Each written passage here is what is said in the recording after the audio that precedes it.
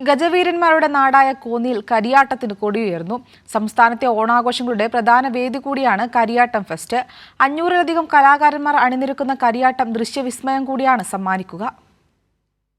കരിയാട്ടം വരികയാണ്, കരിയാട്ടം വരികയാണ്, ഈ നാട് ഒന്നായി നീങ്ങും കരിയാട്ട കൂട്ടായ്മയിൽ, കരിയാട്ട കൂട്ടായ്മയിൽ ഈ നാട് ഒന്നായേ. ഇനിയുള്ള 9 നാളുകൾ കരിയാട്ടത്തിനൊപ്പം കരിയാട്ടത്തിന്റെ ഭാഗമായി നടക്കുന്ന കലാസന്ധ്യയിൽ പ്രമുഖർ അണിനിരക്കും.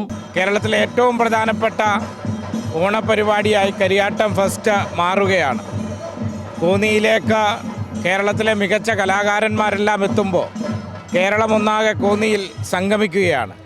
കോന്നിയുടെ സൗന്ദര്യം, ടൂറിസം സാധ്യതകൾ ഇതെല്ലാം ലോകത്തെ പരിചയപ്പെടുത്തുന്നതിന് വേണ്ടിയിട്ടുള്ള കരിയാട്ടം. കരിവീരന്മാരുടെ ഓർമ്മകൾ ഉണരുന്ന കരിയാട്ടം.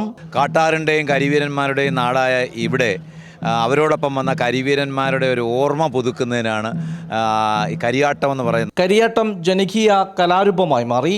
അപ്പോൾ കരിയാട്ടം ഒന്ന് കേൾക്കുമ്പോൾ തന്നെ ആളുകൾക്ക് അതിൻ്റെ ആവേശം ഉൾക്കൊള്ളാനും കഴിയുന്ന തരത്തിലേക്ക് ഒറ്റ വർഷം കൊണ്ട് തന്നെ കരിയാട്ടം മാറി. കേരള ഫോക്ലോർ അക്കാദമിയുടെയും സംസ്ഥാന ടൂറിസം, തദ്ദേശ സ്വയംഭരണ, വനംവകുപ്പുകളുടെയും സഹകരണത്തോടെയാണ് കരിയാട്ടം നടത്തുന്നത്. കൈരളി ന്യൂസ്, പത്തനംതിട്ട.